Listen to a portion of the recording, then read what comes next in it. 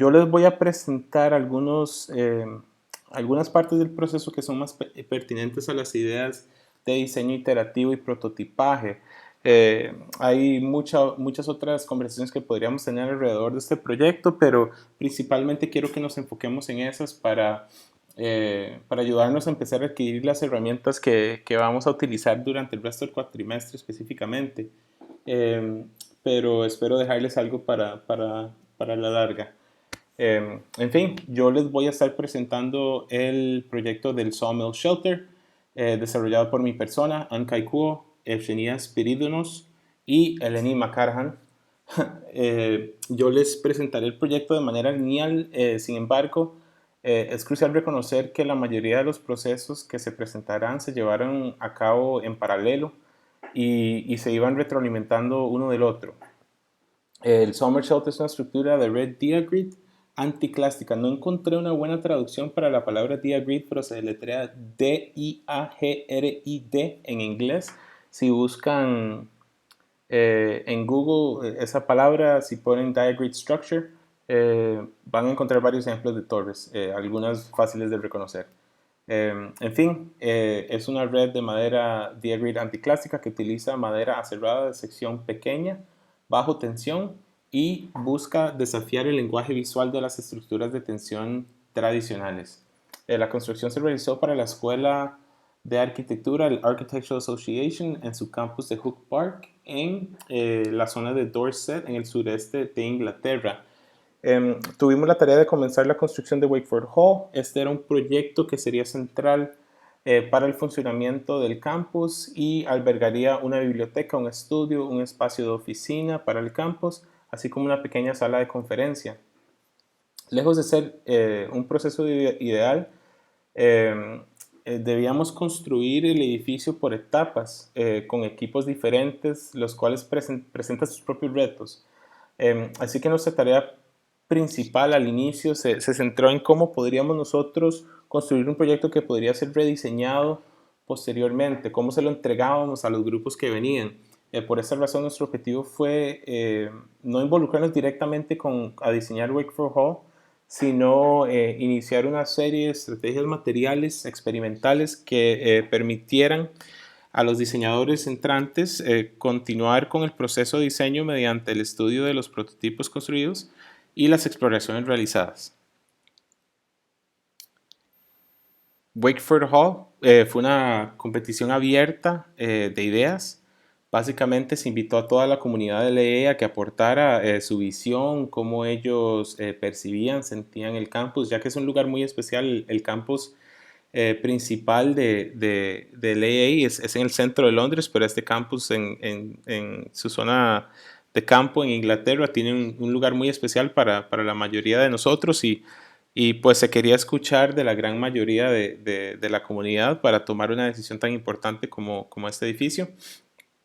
Lo que se solicitó fueron ideas, no tanto proyectos desarrollados arquitectónicos. Entonces lo que nos dio fue una pluralidad de ideas que podríamos nosotros libremente reformular, reinterpretar el conjunto de intenciones para nosotros poder empezar a, digamos que tener un inicio al proyecto. Igualmente otros factores que no están de menos, como el análisis de sitio, informaron el proceso, pero esta digamos que base de ideas que nos dio la comunidad formó nuestro punto de inicio. Esto demuestra un plano de conjunto que presenta la estrategia general para el sitio, al igual que los volúmenes programáticos propuestos para Wakeford Hall. Varios concursantes sugirieron en sus propuestas un lenguaje de diseño para el techo de Wakeford Hall que podía fluir sin problemas como lo hacen las copas de los árboles cuando están todos juntos, ¿verdad? Que es una forma fluida pero continua, eh, por lo menos al ojo.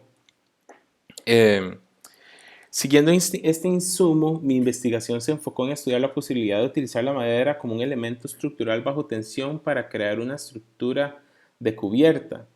La motivación para estudiar la madera bajo tensión fue la realización que esencialmente la madera está compuesta de fibras que en esencia forman un cable, ¿verdad? El tronco del árbol es extraño verlo como un cable, pero no obstante es un cable, ¿verdad? Ese cable es orgánico, es infinitamente variable, pero su comportamiento debería ser de un cable porque son fibras entrelazadas, ¿verdad? Esa era la hipótesis, tenía que comprobarse, ¿verdad?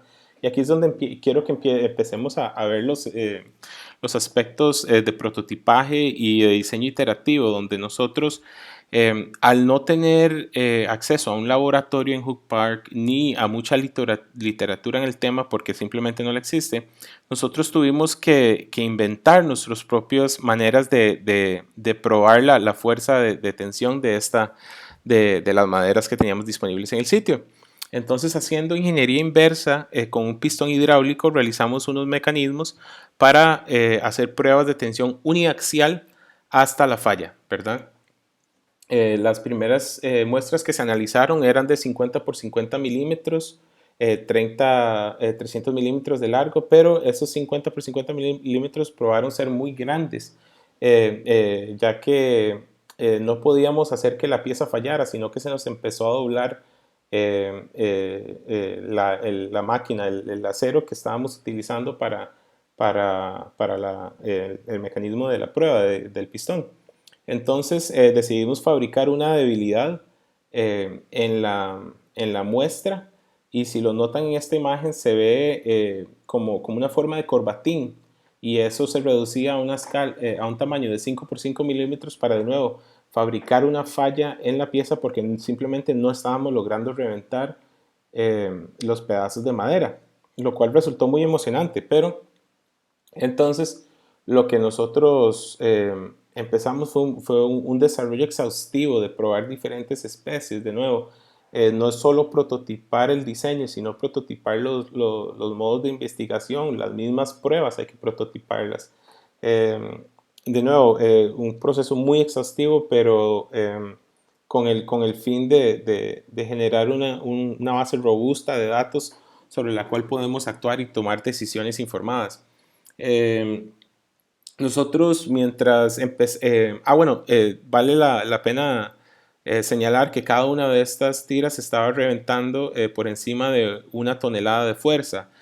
Para poner perspectiva, podríamos colgar, digamos que si tuvieras una manera de colgar perfectamente un Mini Cooper de estas tiras, ocuparíamos 3 tiras de 5 por 5 milímetros, lo cual suena absurdo, ¿verdad? Estamos obviando cualquier carga de viento, etcétera, ¿verdad? Pero si podríamos colgarlo perfectamente, podríamos hacerlo con 3 de estas tiritas, lo cual empezó a generarnos preguntas de cuál era la factibilidad de usar un elemento tensil tan pequeño, tan delgado.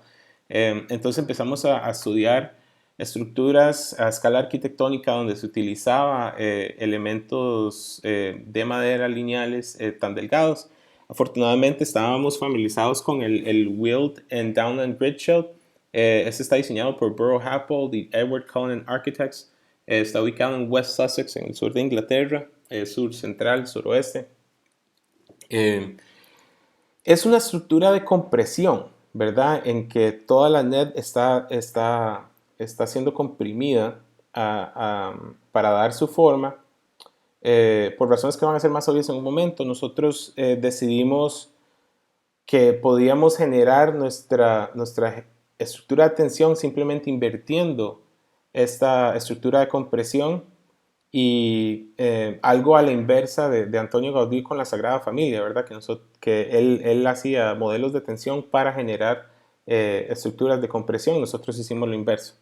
Eh, Durante las etapas de diseño, en realidad solo descubrimos 2 obras que utilizaban la madera como un componente estructural bajo tensión. Eh, una, eh, una coincidencia bonita y un ejemplo que teníamos era la casa prototipo, así es su nombre, de 1985 en Hook Park, diseñada por ABK Architects y Frey Otto, en asociación con Burrow-Hapold Engineering. Frey Otto es el exponente máximo de estas estructuras de cubiertas bajo tensión. Si no han tenido la oportunidad de ver su trabajo, googleenlo rápidamente. Murió hace unos escasos 5 o 6 años, genial, Frei Otto, F-R-E-I-O-T-T-O, Frei Otto. Continuamos. El otro proyecto que habíamos encontrado era el Centro Acuático Grandview Heights en BC, Canadá, British Columbia. Este es por Hughes Marler Architects. En realidad no estoy muy familiarizado con la firma, pero era otro ejemplo que encontramos, escasos, pero pudimos ubicar un par. Ambas son estructuras catenarias. La longitud de los miembros que vimos en las obras inmediatamente nos denotaron la necesidad de comenzar a estudiar las posibles juntas de carpintería para poder fabricar listones de madera largos, o sea, de lo más que podíamos sacar de un tronco, cómo pegamos otro tronco con otro básicamente, en un posible sistema de cubierta, ¿verdad? Ahora, esto es de nuevo otro punto para hacer reflexión sobre la idea de prototipaje. Si pueden ver, aquí están las piezas que voy a unir para hacer un par de listones, los primeros, y probarlos, someterlos a alguna carga, pero al lado derecho ven donde hay 3 juntas diferentes. De nuevo, cada vez que abrimos un campo de estudio, nos abrimos a la posibilidad de que varios prototipos nos informen. Y de una manera muy a lo Hook Park, lo que hacemos nosotros es fabricar y probar, ensayos de prueba y error, ¿no? Pero, en fin, mi peso, alrededor de unos 85, 80 kilos, no hizo mucho. Procedemos, fui a llamar a un par de compañeros del parque, nos subimos un par más, no hizo, o sea, ni se movió. Próximamente vamos a buscar más gente, alrededor de 700 kilos colgando de esta tira en este momento. Lo que logramos detectar con esta simple prueba, ¿verdad? Por más que nos hayamos divertido y todos nos estamos riendo, el estudio empezó a tomar una dirección muy seria en este momento, porque era obvio que no solo en las pruebas uniaxiales del inicio era fuerte, sino como con un componente recibiendo una carga que no era tan muerta, era bastante activa, todos estábamos colgando y moviéndonos. No se escuchaba ningún movimiento, ningún estreñimiento en las juntas, ni en la madera, etc. Entonces, básicamente esto fue el momento que nos hizo tener confianza en que esto lo podríamos utilizar en una cubierta como parte de un proyecto arquitectónico. Quisiera hacer una pausa para hablar sobre el proceso de ustedes. Ustedes están detrás están persiguiendo un principio activo a modelar. En este caso, tal vez era un principio algo inactivo, ¿verdad? Porque hay que someter la madera bajo tensión para que ella funcione, pero la premisa de todo este estudio era que si la sometíamos a tensión iba a funcionar. Entonces, este principio de un comportamiento inherente que no había sido explorado en la madera nos emocionaba y nos cargaba de energía como para continuar con el proyecto. Y afortunadamente el campus tenía un presupuesto para construir un techo sobre esta losa de hormigón existente de alrededor de unos 50 metros cuadrados para albergar un aserradero móvil que teníamos ahí. De hecho, es el que está en la foto. Ese se carga y se lleva con un pick-up o con un tractor. Pero, en fin, nos presentó la oportunidad de poder construir esta cubierta, pero solamente con el pretexto de que funcionaría como un prototipo 1-1 para una posible cubierta para Wakeford Hall. Y afortunadamente también había el presupuesto y no lo dieron para poder continuar el estudio. Después de haber pasado por varias etapas de prueba. Dado que el proyecto Sawmill Shuttle no necesitaba observar requisitos programáticos funcionales muy complejos, ¿verdad? Todo era muy básico. Solamente ocupábamos observar el volumen operativo del aserradero portátil y los requisitos espaciales del operador. Entonces el enfoque se permaneció en desarrollar los aspectos técnicos para el sistema de techo. Como arquitectos también nosotros nos pusimos el reto de explorar un lenguaje que avanzara el lenguaje arquitectónico de una cubierta bajo tensión, que tiende a ser como esta tienda de acampar, ¿verdad? O toldo. Entonces nosotros queríamos alejarnos de la forma tradicional tipo Frei Otto y acercarnos hacia algo más como arquitectos, ¿verdad? O sea, esto es un estudio técnico, riguroso, material, pero nunca deberíamos de perder el enfoque que somos arquitectos y nuestra misión, digamos, si hay una, es de crear espacio arquitectónico. Entonces, con ese enfoque nosotros nos dimos el reto también de retar la convención de su forma.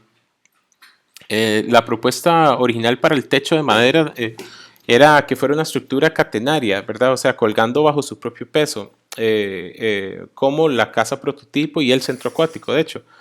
Pronto nos enteramos que este tipo de estructura resultaría ineficaz, ya que no podíamos agregar el suficiente peso en el centro y o sostenerla por el movimiento del mismo aserradero. Entonces empezamos un proceso de modelar tensión, lo cual o sea, maquetear principios de comportamiento de tensión, lo cual si alguno de ustedes ha tratado de hacer alguna maqueta un día con una tela o algo que simula el comportamiento de una estructura bajo tensión, es súper complicado. Eh, pero dichosamente ya había una persona que había abarcado este camino y es Antonio Gaudí. Este es uno de los modelos de cadena muy famosos que él desarrolló para la Sagrada Familia. Si se les interesa, por favor, o si les genera algo de curiosidad, por favor investiguen sobre estos modelos, porque esencialmente fueron prototipos formales para el desarrollo de las columnas y de las cúpulas de la Sagrada Familia. Entonces, básicamente, lo que hacía era que modelaba bajo tensión con cadenas, formando curvas catenarias, y este modelo esencialmente se le daba vuelta y formaba la estructura de columnas de la Sagrada Familia. Ok. Eh, ok, esta es una versión muy light de Antonio Gaudí, pero de nuevo, nosotros dentro del prototipaje lo que utilizamos son los principios y la información que manejamos actualmente, y con esa tratamos de construir nuevo conocimiento. Entonces nosotros comenzamos a estudiar la posibilidad de una red de madera que funcionara como una superficie anticlástica con doble curvatura, pero utilizando algunas de las pistas, modelando con cadenas como ya nos había indicado la posibilidad de Antonio Gaudí. Ok, pero estos modelos cada vez tienen que ser llevados a un nivel más sofisticado para extraer más información, ¿verdad? Entonces, el propósito de estos estudios es, sí, en comenzar a entender la geometría, pero también cómo nosotros podemos llevar el estudio a un grado de sofisticación más alto. En esta imagen, en el puro centro del cuadrado grande se ve un taladro. Ese taladro está ahí más o menos como para dar escala del tamaño de este modelo. Creo que era de 1,40 m por 1,40 m por 1,40 m el cubo. Este cubo funcionaba como una plantilla para búsqueda de formas, y nos ayudó a generar una gama de iteraciones para evaluar la espacialidad de estas formas, e igualmente ayudar a afrontar más la realidad de su construcción, ¿verdad? Y también sus limitaciones. Esta es una tercera versión, tercer prototipo, tercera iteración de esta misma maqueta, de nuevo con un grado de sofisticación elevado, pero de nuevo, esto es un momento donde el prototipaje y el diseño de los modos de estudio nos están ayudando a corroborar información y a generar información nueva. Una de las cosas más importantes que empezó a generar este tipo de estudio fue que la necesidad, y si lo ven en esta maqueta, se ve que está en crisis, son los puntos de anclaje.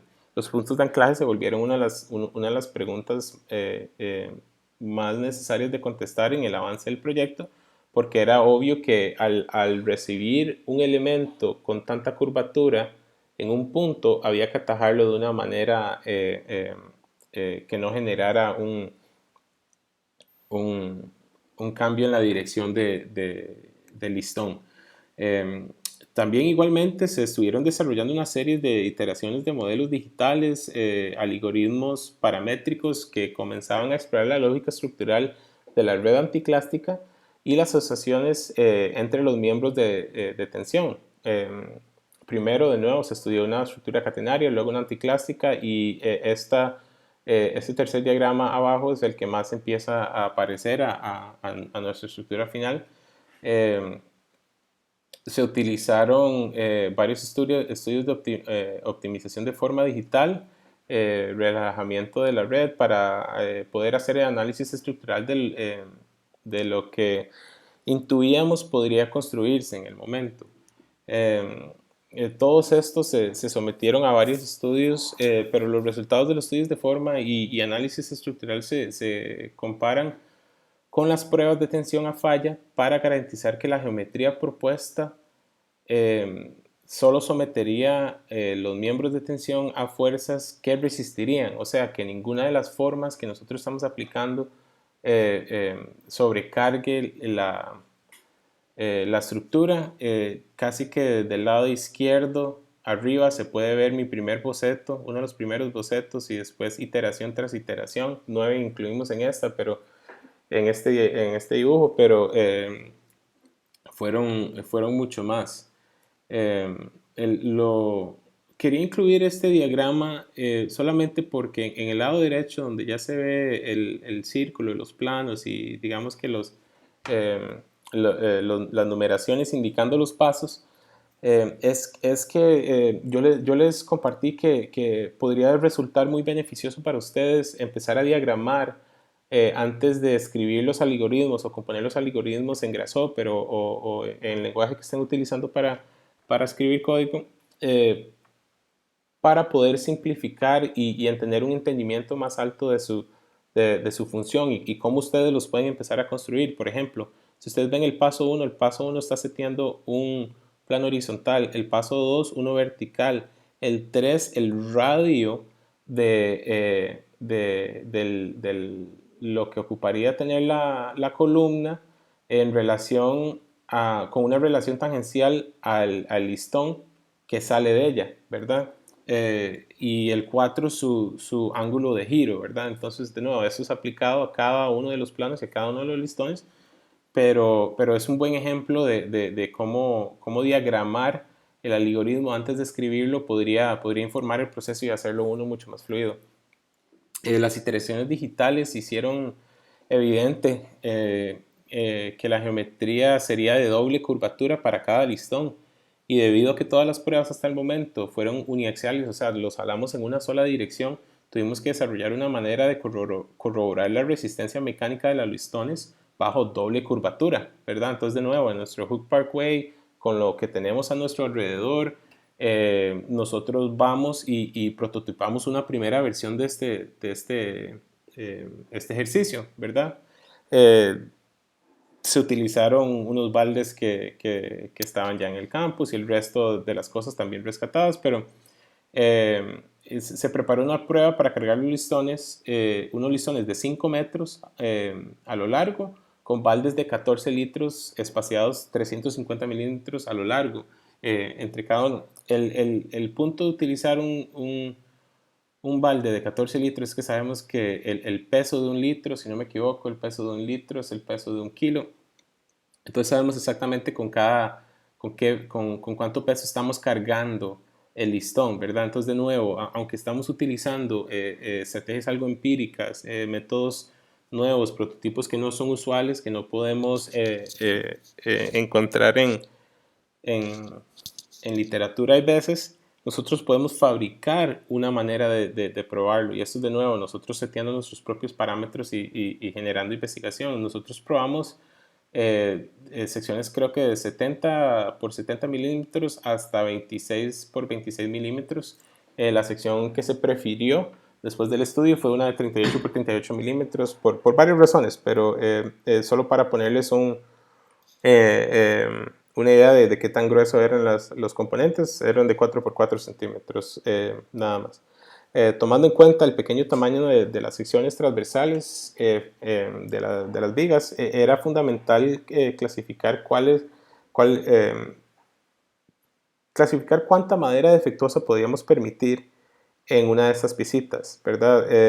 Ya que eran tan pequeñas, el porcentaje normal que se permite en una tabla o una columna podría ser detrimental para este sistema. Entonces nosotros, de nuevo, generando nuestras propias pruebas, nuestros propios mecanismos para corroborar intenciones de diseño.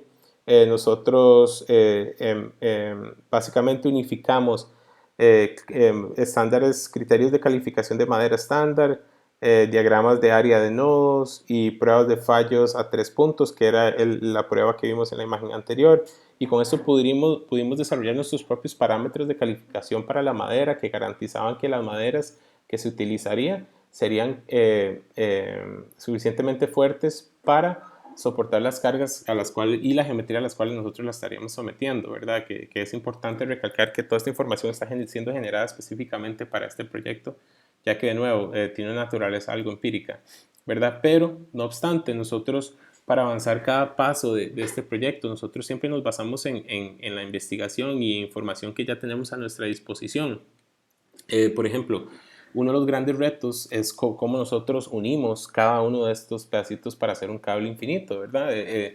Nosotros le apostamos a dos, por razones técnicas que ya se han estudiado, de que ocupábamos alargar la cara de contacto para una aplicación de tensión y ocupábamos un mecanismo que los interlazara. Escogimos este scarf joint y este finger joint. El finger joint lo ven mucho en las tablas, por ejemplo, que venden en EPA, como de pino rayado y ese tipo de cosillas. Y el scarf joint se ve mucho cuando quieren unir elementos largos, grandes, típicamente en marcos estructurales de madera. Pero, en fin, avanzando desde un principio que entendemos, prototipando esta junta nos lleva a nosotros a un entendimiento mayor, no solo de cuál funciona mejor, sino cuál podemos fabricar más fácilmente, ¿verdad? Entonces, a como avanza la investigación, nosotros pulimos nuestros procesos y ya por haber escogido el tipo de junta y desarrollado un método deseado, nosotros pasamos a fabricar el mecanismo con el cual fabricamos la junta, ¿verdad? O sea, entonces, no solo es necesario qué tan eficaz es la junta, pero qué tan fácil de construir, porque tenemos que construir todo un edificio, ¿verdad? Entonces, hay que optimizar los procesos de fabricación igualmente, utilizando un router de mano y una broca de router para hacer finger joints. Pudimos crear esta junta a lo largo, el finger joint a lo largo de la cara del scarf joint. No es necesario que entiendan en detalle este proceso, pero sí lo que quiero que vean es que se logra un grado de precisión muy alto, ¿verdad? Cuando somos el autor del mismo proceso de fabricación, no necesariamente tenemos que ser carpinteros expertos para lograr un grado de precisión muy, muy elevado. De nuevo, esto mide en sección 38 por 38 milímetros. Si pueden ver los dientes del scarf joint y pueden ver la precisión con la cual está ejecutada la junta, es menos que milimétrica los posibles fallos que tiene la junta. Entonces, de nuevo, procesos empíricos, pero de alta precisión porque lleva un estudio riguroso detrás de ellos. Para probar esta técnica de las juntas, nosotros de nuevo tuvimos que diseñar una versión más sofisticada de la primera prueba uniaxial, la que vimos al puro inicio, que nada más reventaba los corbatines. La utilizamos eso como insumo y diseñamos esta nueva prueba para las muestras más grandes. De nuevo, con un grado de precisión alto, pero básicamente esto nos permitió no solo probar la junta, sino que también probar las conexiones los articuladores al final de cada listón. Pudimos probar alrededor de 40 muestras usando diferentes tipos de adhesivos. Se terminó escogiendo un epoxi, creo que de 2 componentes para la junta.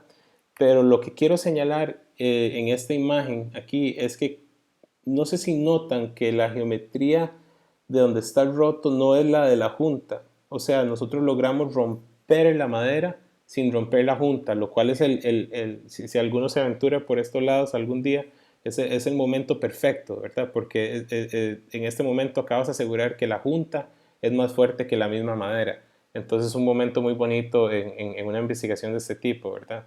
Yo vivo enamorado de esa foto, pero el carácter innovador de la propuesta estructural requirió que confirmáramos la realidad de todo este tipo de cosas, ¿verdad? No necesariamente algo que vamos a encontrar en literatura, específicamente, pero si todas las pruebas están hechas a la medida, se derivan de necesidades específicas del proyecto, nos van a retroalimentar y nos van a dar información para el proyecto. Eh, ya de nuevo, esto es una elevación y una planta de la estructura, algo ya más técnico. Esto es una imagen de la configuración final. Ahorita entro en una explicación de qué son estas vigas que están como al final acá. Eh, Igualmente, como nosotros diseñamos cada uno de los procesos de fabricación, también diseñamos cada uno de los procesos de construcción, ¿verdad? Y incluso después de haber fabricado todas las piezas del edificio, tenemos que entrar en una etapa de corroboración, ¿verdad? Ya en este momento teníamos calificada toda la madera, fabricado todos los listones a la longitud necesaria, pero igual era necesario someterlo a una última prueba para comprobar que estaba funcionando, que cada una de las piezas fueron hechas correctamente, básicamente. Pero aquí quiero de nuevo hacer otra pequeña pausa para hablar sobre la importancia del dibujo dentro de estos procesos, ¿verdad? Nosotros somos diseñadores, entonces en todo momento recurrimos al dibujo en este proceso. No es una parte importante del prototipo en sí, pero el dibujo puede funcionar como un prototipo. Aquí no me estoy explicando, pero básicamente el dibujo puede ayudar a estudiar, a hacer preguntas a los prototipos que ya han desarrollado. O sea, el prototipaje y el dibujo retroalimentándose uno al otro, ¿verdad? Entonces, este es un momento donde tenía que rediseñar la prueba de los baldes para cargar el listón, pero ya no era con baldes, ya tenía que ser más preciso. Entonces, en la mesa de dibujo, con lápiz y papel, empezamos a hacer preguntas de cómo podemos mejorar el sistema. A donde aterrizamos fue en esta prueba que nos ayudaba a garantizar la calidad en las juntas, al igual que la calificación de la madera, pero principalmente nos ayudaba a cargar en los puntos exactos donde se estaría articulando un listón con el otro, perdón. Entonces esto fue una versión mejorada a 1.1 de la prueba de los baldes, pero nos permitía con un grado de precisión más alto someter el listón a cargas en los lugares específicos donde lo estaría haciendo en la cubierta. Entonces ahí la tira anaranjada que se ve está marcando un plano desde donde se empieza a curvear el listón, ¿verdad? Es un listón de madera y solamente está siendo sometido a la fuerza de estas cuerdas. Paralelamente a la investigación sobre tensión, An Kai-kuo, mi buen amigo, estaba estudiando la posibilidad de utilizar maderas dobladas al vapor a una escala arquitectónica.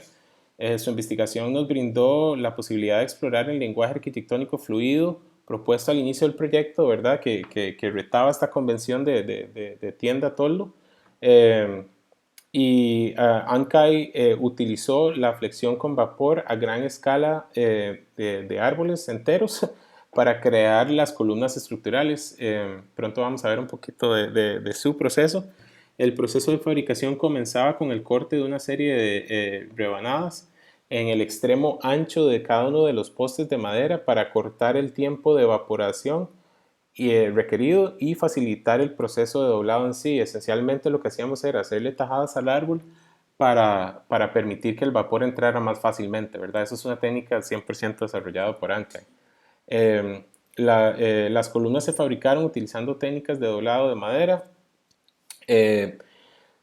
con una plantilla que, de nuevo, desarrollada por Ankai. En la plantilla se permitía establecer diferentes radios para fijar la dimensión de cada una de las columnas y la curvatura está siendo definida por los modelos digitales.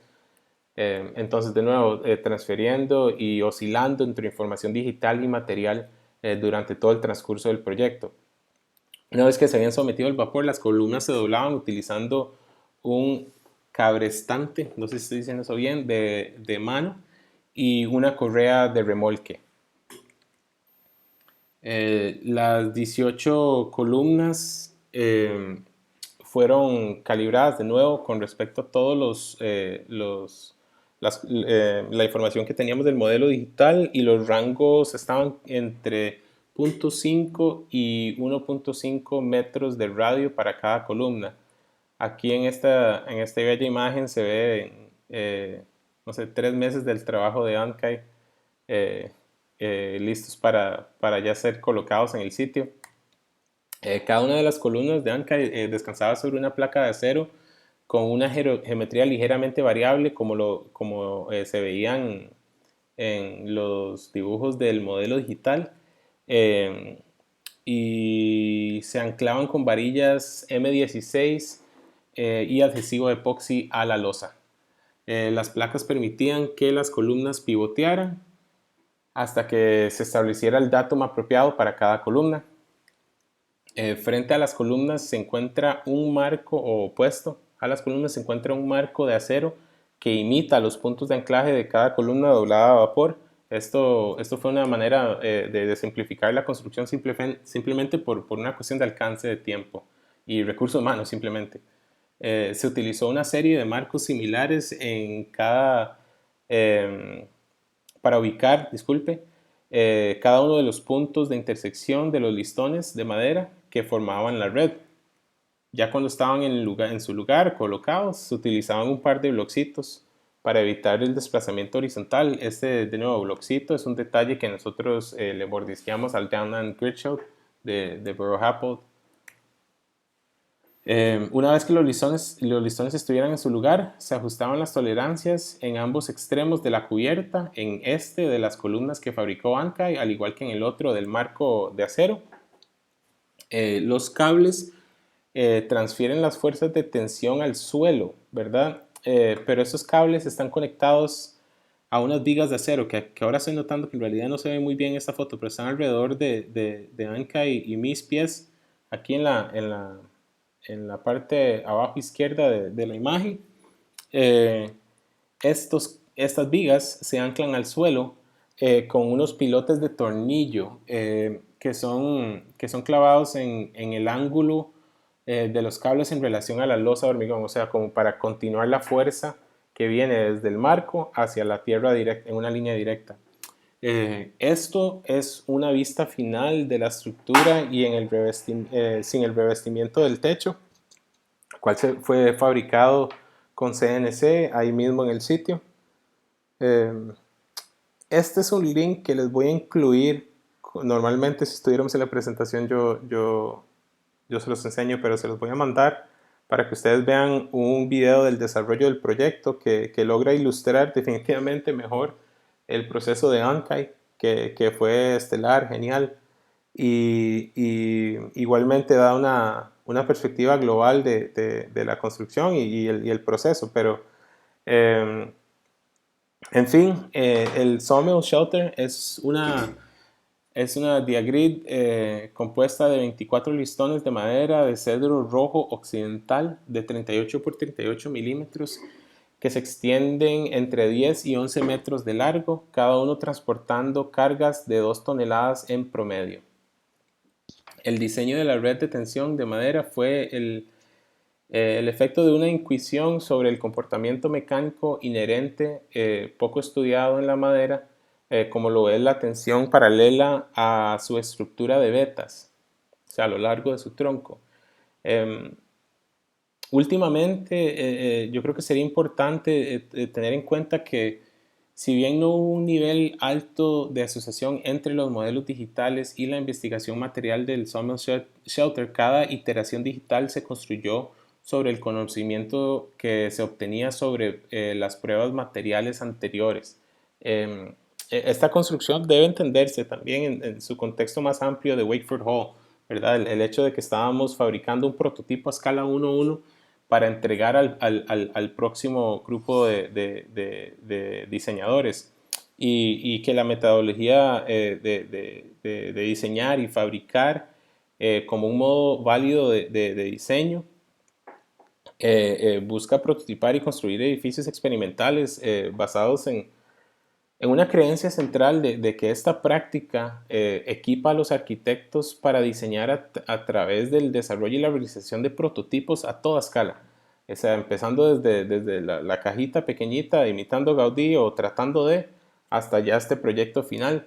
Eh, y, y todo se hace a través de la concepción, probar, documentar y comunicar ideas que logren generar nuevo conocimiento, ¿verdad? Entonces, de nuevo, eh, lo que empezó en un prototipo de prueba muy básico y muy simple, tratar de romper los corbatines, terminó en esta cubierta. Entonces lo que quería era darles un ejemplo de un proyecto que se realizó ya a escala 1:1 con esta metodología de prototipaje. Como me conocen ya en las clases, a mí me gusta dejarlos con una buena referencia. Esta la escogí algo temática con lo del tema. Me gustaría que la investiguen. Creo que les daría mucho insumo a la hora de dibujar sus proyectos, presentarlos. Las imágenes son fabulosas, los dibujos igualmente. Me gustaría agradecerles. Me disculpo.